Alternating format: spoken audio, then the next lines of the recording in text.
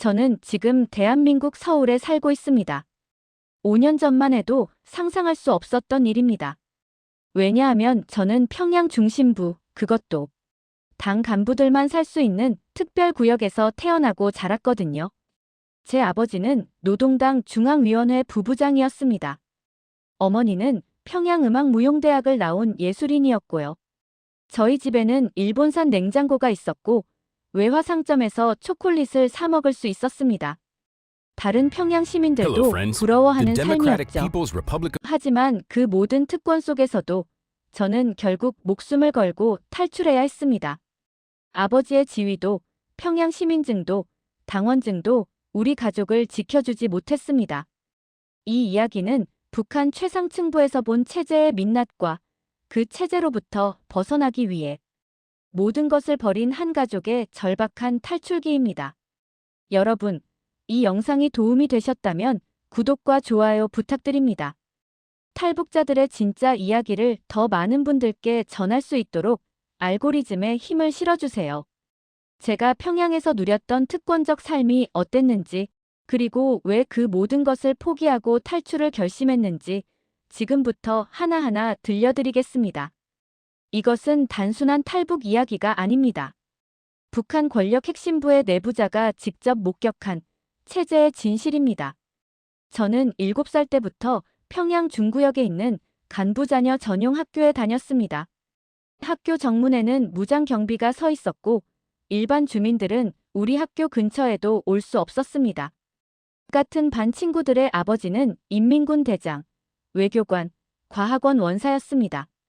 점심시간이 되면 하얀 쌀밥에 고기 반찬이 나왔습니다. 당시 북한 대부분 지역에서는 옥수수밥도 제대로 못 먹던 시절이었지만 우리는 그런 줄도 몰랐습니다.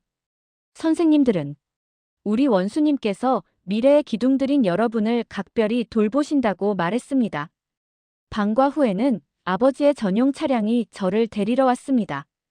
검은색 벤츠였는데 평양 거리에서도 드문 차였죠. 차 안에서 바라본 평양 거리는 깨끗하고 질서정연해 보였습니다. 하지만 그건 제가 보도록 허락된 평양의 모습일 뿐이었습니다. 집에 돌아오면 외화상점에서 사온 초콜릿과 과자가 있었습니다. 일본 제품, 중국 제품들이었죠. 텔레비전은 중국산 LG 제품이었고 위성방송 수신기도 몰래 설치되어 있었습니다. 물론 이건 극소수 특권층만 누릴 수 있는 불법이었습니다. 12살 되던 해 여름, 아버지를 따라 원산 갔을 때입니다. 기차역 광장에서 저는 처음으로 꽃제비를 봤습니다. 남루한 옷을 입은 아이들이 사람들에게 손을 벌리고 있었습니다. 저와 비슷한 나이였습니다. 아버지, 저 아이들은 왜 저래요? 아버지는 제 손을 꽉 잡으며 말했습니다. 보지 마라. 저건 지방 사람들이다. 그날 밤 호텔방에서 저는 창밖을 내다봤습니다. 어두운 거리의 불빛은 거의 없었고 멀리서 아이들의 울음소리가 들려왔습니다. 그때 저는 처음으로 이상하다는 생각을 했습니다. 같은 공화국 인민인데 왜 이렇게 다른 삶을 살아야 하는 걸까? 하지만 그런 의문은 곧 잊혀졌습니다. 평양으로 돌아오자 다시 풍족한 일상이 이어졌고 저는 제가 특별한 사람이라고 혁명의 후대라고 믿었습니다. 제 인생이 바뀐 건 16살 김정은대학 예비과정에 입학하던 해였습니다. 그해 봄, 아버지의 동료였던 리 부장이 갑자기 사라졌습니다. 그 사람은 아버지와 20년 넘게 같이 일한 동무였습니다. 우리 집에도 자주 왔고 저를 귀여워해 주셨죠. 그런데 어느 날 갑자기 그 사람의 이름을 입에 올리는 것조차 금지됐습니다. 아버지, 리 숙부님은 어디 가셨어요? 아버지는 굳은 표정으로 말했습니다.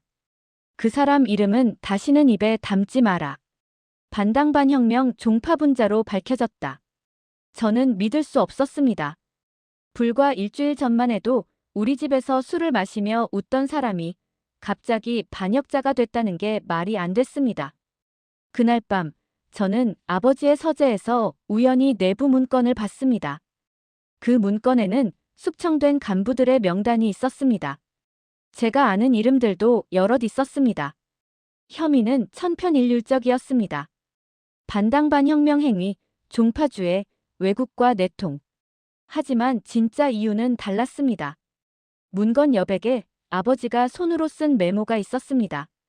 권력 투쟁의 희생양, 파벌 싸움 패배, 충성심 의심받음. 그제야 저는 깨달았습니다. 이 체제에서는 능력이나 충성이 중요한 게 아니었습니다. 최고 권력자의 심기 하나에 모든 게 달려 있었습니다. 아무리 높은 자리에 있어도 언제든 하루아침에 사라질 수 있었습니다. 그 뒤로 저는 아버지를 다르게 보기 시작했습니다. 아버지는 매일 밤 늦게 귀가했고 집에 오면 술을 마셨습니다. 어머니와 조용히 나누는 대화를 엿들었습니다. 여보, 이번 숙청에서 우리 계열이 3명이나 잘렸어. 다음은 누구 차례일지. 당신 조심해야 해요. 요즘 보이부에서 당신 주변 사람들 뒷조사한다는 소문이. 저는 그날 밤 잠을 이룰 수 없었습니다. 우리 집의 풍요로움이, 아버지의 지위가 모두 얼마나 위태로운 것 위에 세워진 건지 알게 됐습니다. 더 충격적인 건 그 다음이었습니다. 학교에서 리 부장의 딸과 마주쳤습니다. 같은 반이었던 그 친구는 학교를 그만둬야 했습니다. 얼굴은 파리하게 말라 있었고 예전의 밝은 모습은 찾아볼 수 없었습니다. 너희 아버지 때문에 우리 가족이 지방으로 추방됐어. 할아버지는 정치 범수용소로. 그 친구의 눈빛을 저는 평생 잊을 수 없습니다. 원망과 절망이 섞인 그 눈빛. 그날 저는 깨달았습니다. 이 체제는 잘못됐다는 것을. 아버지의 위기는 제가 20살 되던 해에 찾아왔습니다. 아버지가 담당하던 대외무역 사업에서 문제가 터졌습니다. 중국 기업과의 계약에서 손실이 발생했는데 보위부에서는 이를 고의적인 국가 재산 유출로 몰아갔습니다. 사실은 위에서 지시한 무리한 계약이었지만 책임은 아버지가 져야 했습니다. 어느 날 새벽 4시 보위부 요원들이 우리 집에 들이닥쳤습니다. 아버지는 조사를 받기 위해 끌려갔고 우리 집은 압수수색을 당했습니다. 그들은 외화, 외국 제품, 심지어 중국 드라마가 담긴 USB까지 모두 압수했습니다.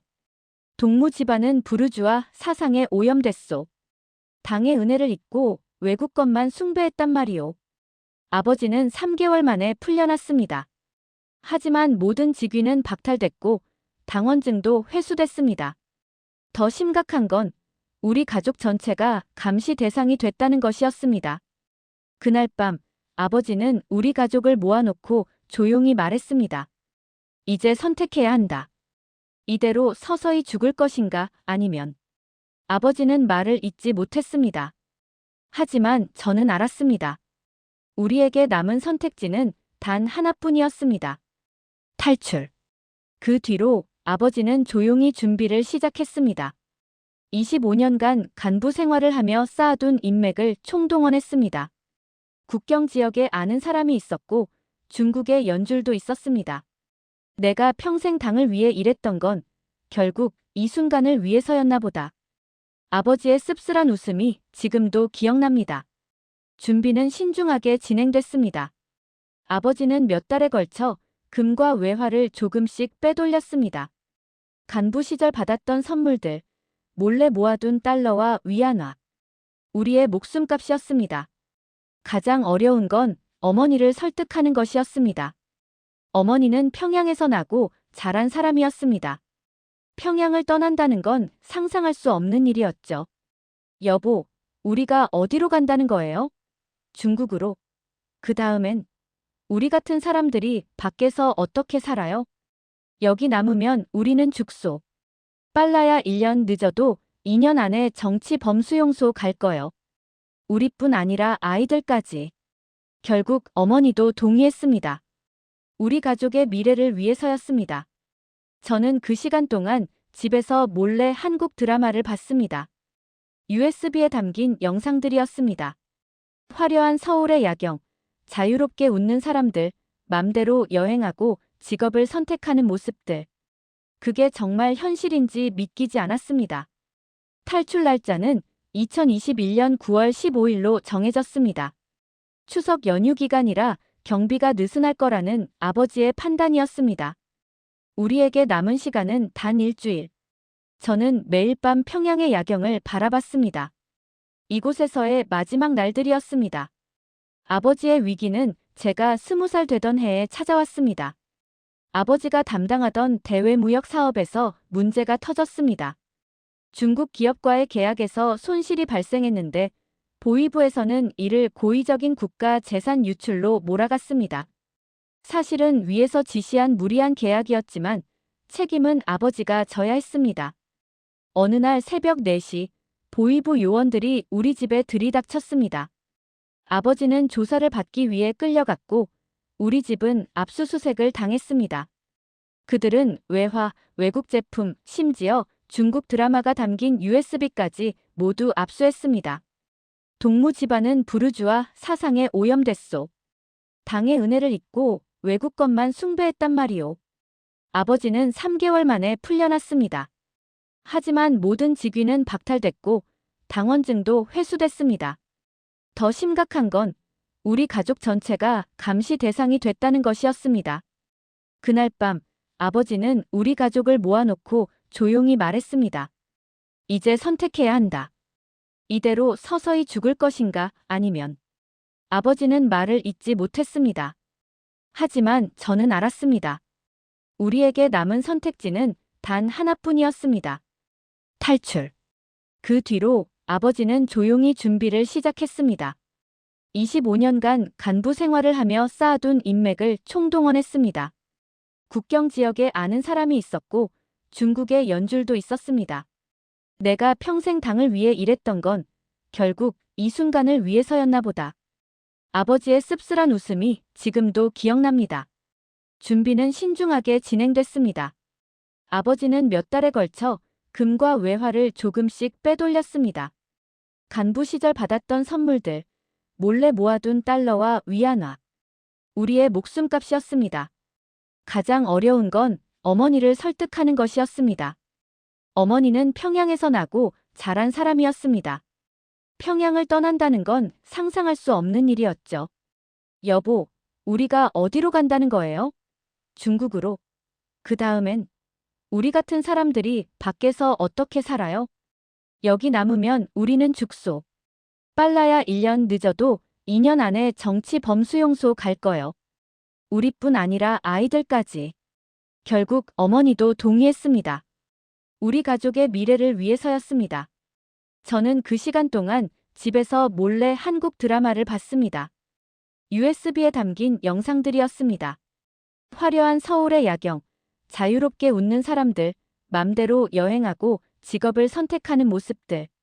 그게 정말 현실인지 믿기지 않았습니다. 탈출 날짜는 2021년 9월 15일로 정해졌습니다. 추석 연휴 기간이라 경비가 느슨할 거라는 아버지의 판단이었습니다. 우리에게 남은 시간은 단 일주일. 저는 매일 밤 평양의 야경을 바라봤습니다. 이곳에서의 마지막 날들이었습니다. 중국의 발을 딛는 순간 자유를 느낄 거라 생각했습니다. 하지만 그건 착각이었습니다. 김동무는 우리를 허름한 농가로 데려갔습니다. 조선족 노인이 사는 집이었습니다. 그곳에서 우리는 젖은 옷을 갈아입고 잠시 쉬었습니다. 하지만 편히 쉴 수 없었습니다. 여기서 이틀만 있어야 하오. 그 다음 옌벤에서 브로커를 만날 거요. 그 전까지는 절대 밖에 나가면 안 돼요. 중국 공안에 걸리면 북한으로 강제 송환돼요. 우리는 그 좁은 방에서 이틀을 보냈습니다. 화장실도 마음대로 못 갔고 밥도 하루에 2끼만 먹었습니다. 창문으로는 중국 마을이 보였습니다. 평범한 사람들이 자유롭게 거리를 다니는 모습이 신기했습니다. 사흘째 되는 날 브로커가 왔습니다. 조선족 40대 여자였습니다. 박 선생이라고 불렀습니다. 당신들 북한에서 간부 출신이라며? 돈은 얼마나 있소? 아버지는 품에서 금부치와 달러 뭉치를 냈습니다. 박 선생은 그걸 보더니 고개를 끄덕였습니다. 이 정도면 한국까지 갈 수 있소. 하지만 쉽지 않을 거요. 중국 공안이 요즘 탈북자 단속을 강화하고 있소. 특히 당신 같은 고위 간부 출신은 북한에서 찾고 있을 거요. 그 말에 온몸이 얼어붙었습니다. 아버지의 실종이 보고됐다면 보위부가 중국까지 추격대를 보냈을 가능성이 있었습니다.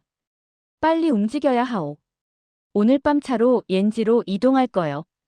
그날 밤 우리는 화물차 짐칸에 또 몸을 숨겼습니다. 이번엔 가구 사이였습니다. 옌지까지는 6시간 걸렸습니다. 도중에 공안 검문이 2번 있었습니다. 매번 심장이 멎는 것 같았습니다. 옌지의 한 여관에 도착했습니다. 박 선생은 우리를 방에 가둬두고 말했습니다. 여기서 일주일 기다려야 하오. 위조 여권 만드는데 시간이 걸리오. 그 일주일이 1년처럼 길었습니다. 우리는 방 안에만 있어야 했습니다.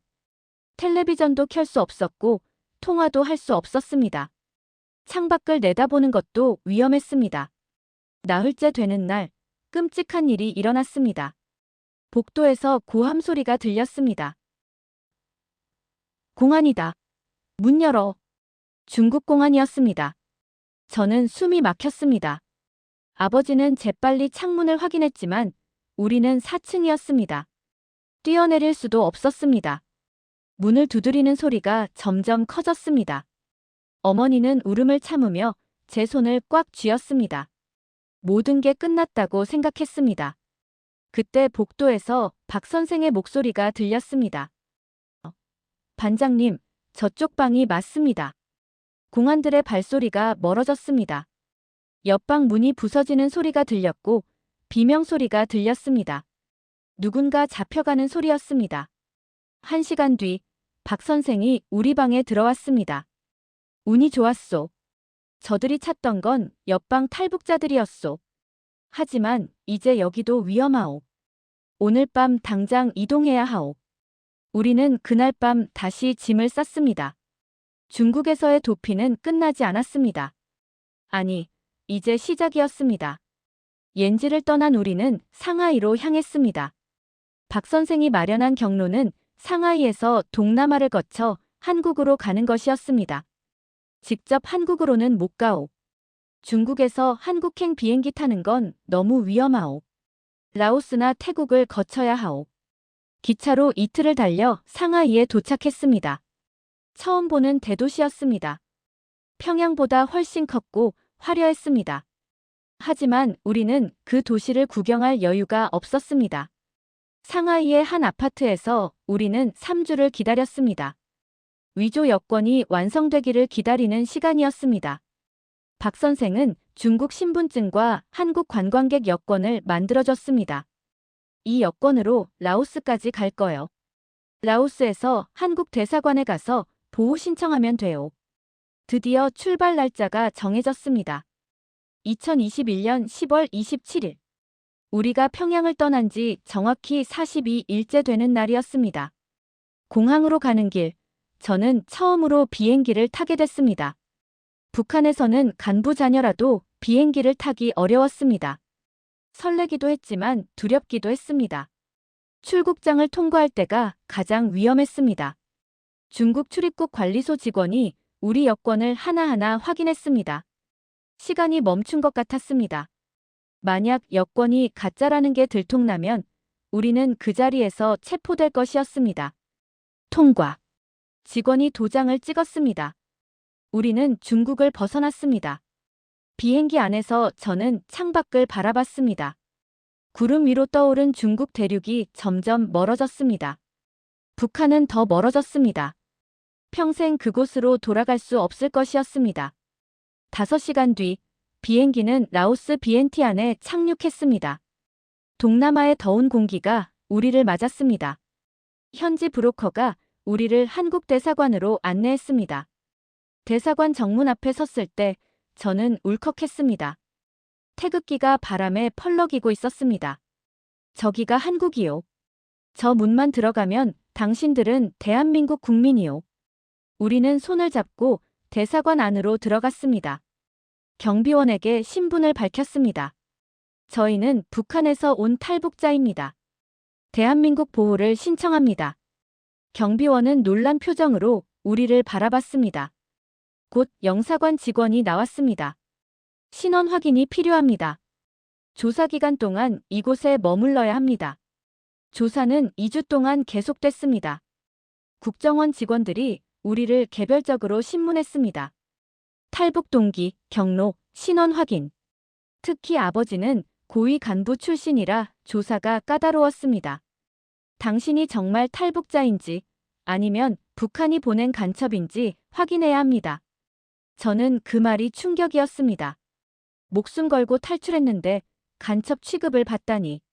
하지만 이해할 수 있었습니다.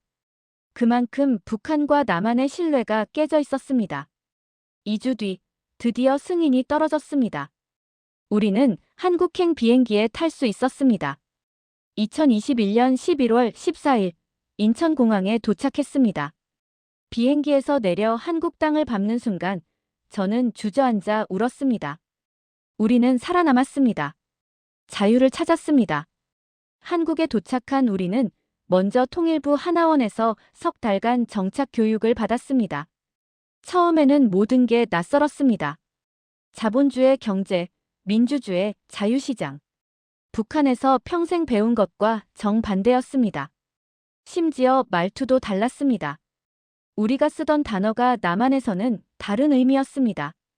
탈동무, 여기서는 동무라는 말 안 써요. 친구라고 해야 해요.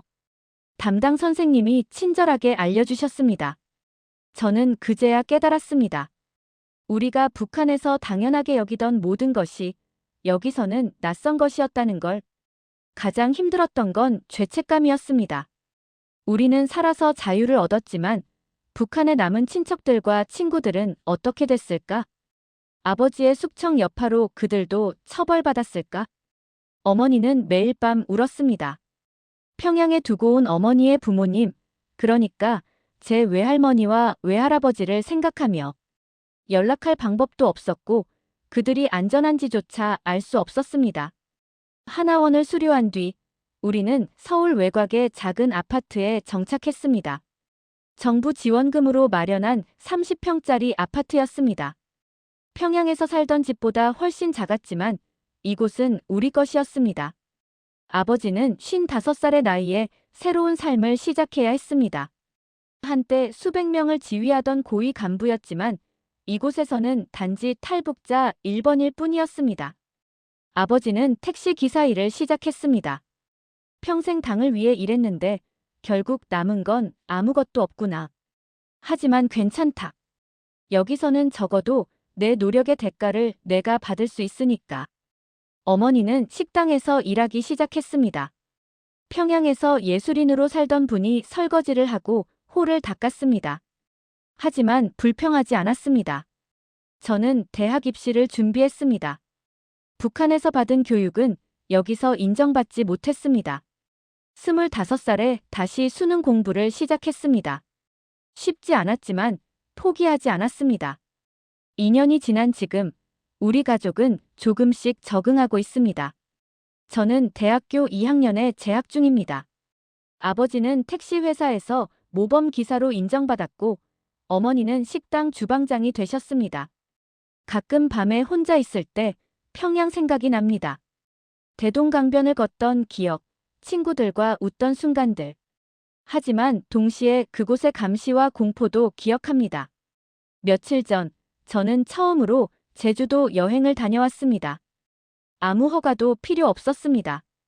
그냥 표를 사서 비행기를 타면 됐습니다. 바다를 보며 저는 울었습니다. 자유란 이런 거구나. 북한에서는 평양 시민도 마음대로 여행할 수 없었습니다. 모든 이동에 허가가 필요했습니다. 하지만 여기서는 제가 원하면 어디든 갈 수 있었습니다. 이제 저는 압니다. 자유가 얼마나 소중한지. 당연하게 여기면 안 되는 것이라는 걸. 대한민국에서 태어난 사람들은 이 자유를 공기처럼 당연하게 여기지만 저에게는 목숨을 걸고 얻은 것입니다. 우리 가족이 탈북을 결심한 건 5년 전입니다. 그 결정이 쉽지 않았습니다. 모든 걸 버려야 했고 목숨을 걸어야 했습니다. 하지만 후회하지 않습니다. 지금 이 순간 제가 자유롭게 숨쉬고 말하고 꿈꿀 수 있다는 것만으로도 충분합니다. 북한에 아직 남아있는 2,500만 명의 동포들도 언젠가 이 자유를 누릴 수 있기를 저는 매일 기도합니다. 감사합니다.